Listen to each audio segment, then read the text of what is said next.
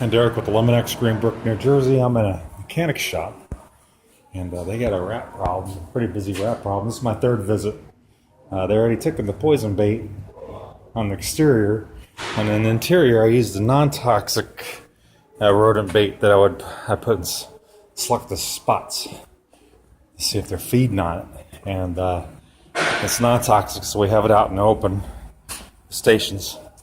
And we could see they've been taking them. So we could see the runways, how the rats been going, plus the visual sighting. So what I did, I come in with the big mechanical traps on the interior. Maybe it's one or two tricky ones that are familiar. They're coming up from the structure. They're going in the drop ceiling. There's a drop ceiling.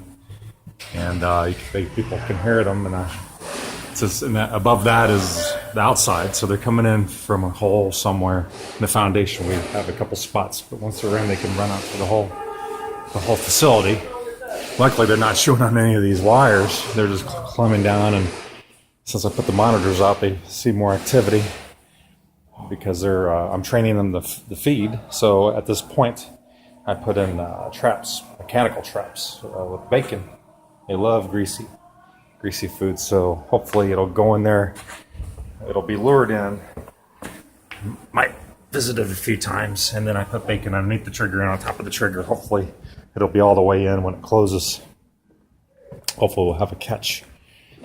And then I have a body gripper trap on this side that I put in a container, so it will be out of view and out of reach from the employees here, so they won't accidentally touch the mechanical device here. So this is a pipe trap, which there's a trigger in there, and it's a body gripper. So they'll go inside the tube, extension tubes, which I put bacon in, and underneath the trigger as well.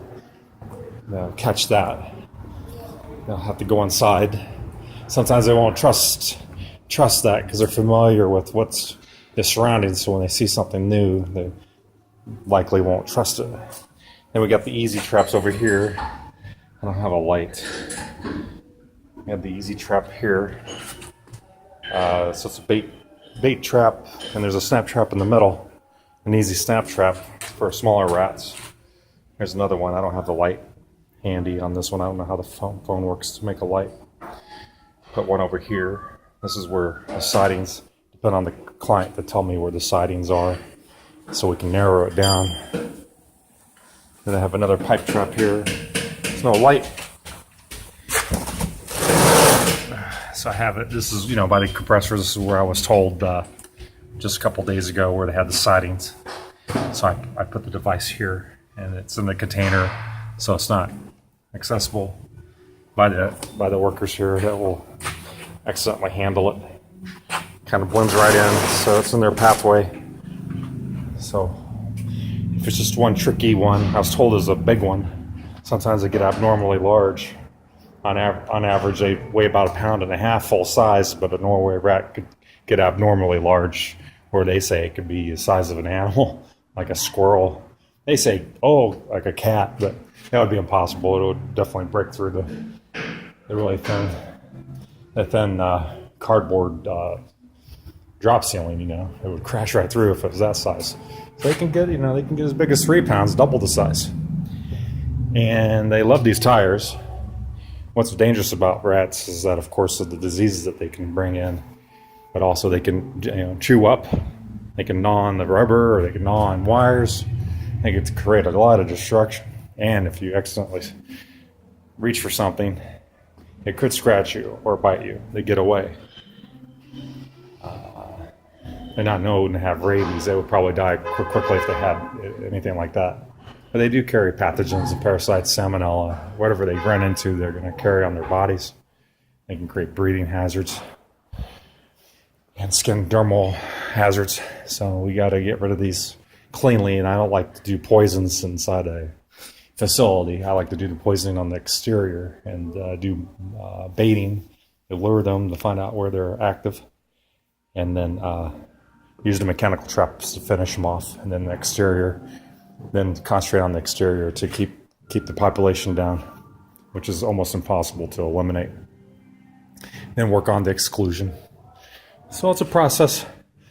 And people ask how much does it cost, and we don't really price on size of the building. We just price on how many services we think it's going to take.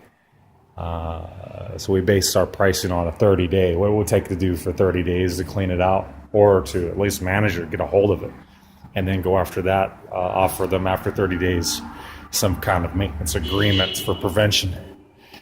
So we try to impress the customer, do a great job. Sometimes our job's done so fast that they're just like, okay, thank you, and they may not see the value in the service. Our 30-day agreement might not see that. Oh, because we took care of the problem in 3 days. But we go for that because we like to get that good review. We like to get that positive review that we took care of the problem fast. But sometimes it doesn't. Sometimes it's not fast. But we have to show up and respond. So when we get that emergency call, we have to respond quickly and make these adjustments, and then let time handle it.